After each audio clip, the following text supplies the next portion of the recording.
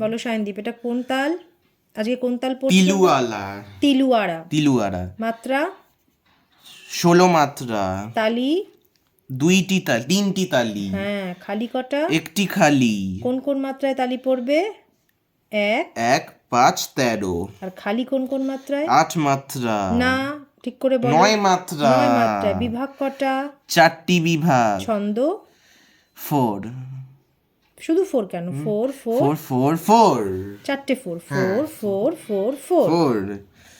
আচ্ছা, এবার তুমি আমাকে তালিটা হাতে দিয়ে দেখাও, ঠিক করে বলো। চলো। ধা তেরে কেটে ধিন ধিন।